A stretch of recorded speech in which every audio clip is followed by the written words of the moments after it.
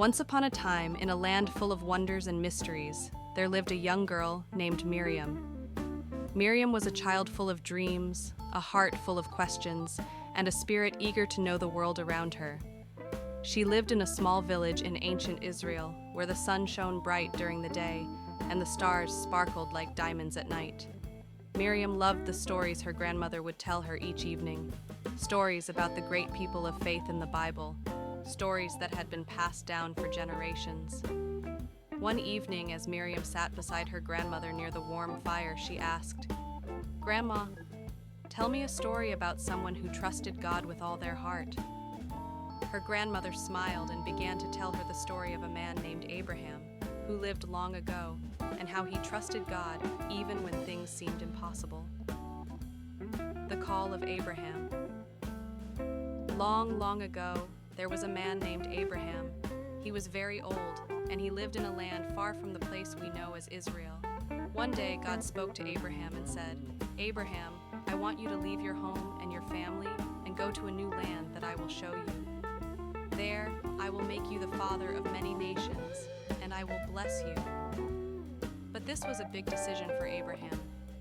He was comfortable where he was. He had a family, a house, and everything he knew.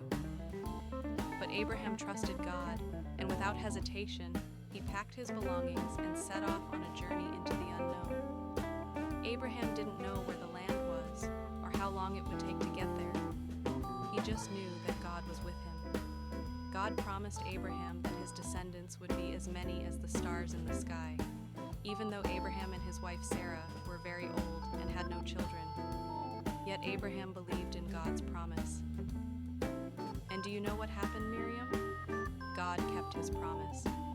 When Abraham was 100 years old, Sarah gave birth to a son named Isaac. God's plan for Abraham unfolded, and through Isaac, Abraham became the father of many nations, just like God had promised. Miriam's eyes grew wide with wonder. "Grandma, how could Abraham believe in something so big?" Her grandmother smiled softly. "That's the power of faith, dear." Abraham trusted God even when he couldn't see the way ahead. The courage of Esther. "Now, let me tell you the story of a brave woman named Esther," her grandmother continued.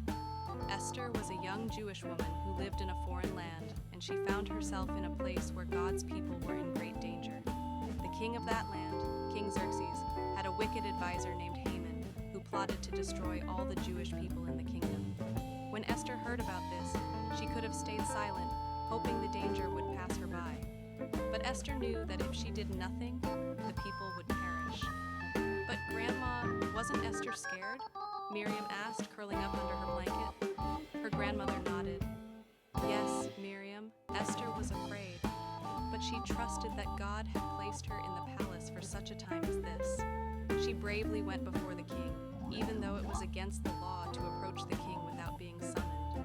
She said, 'If I perish, I perish,' but she knew that by taking that step of faith, she could save her people.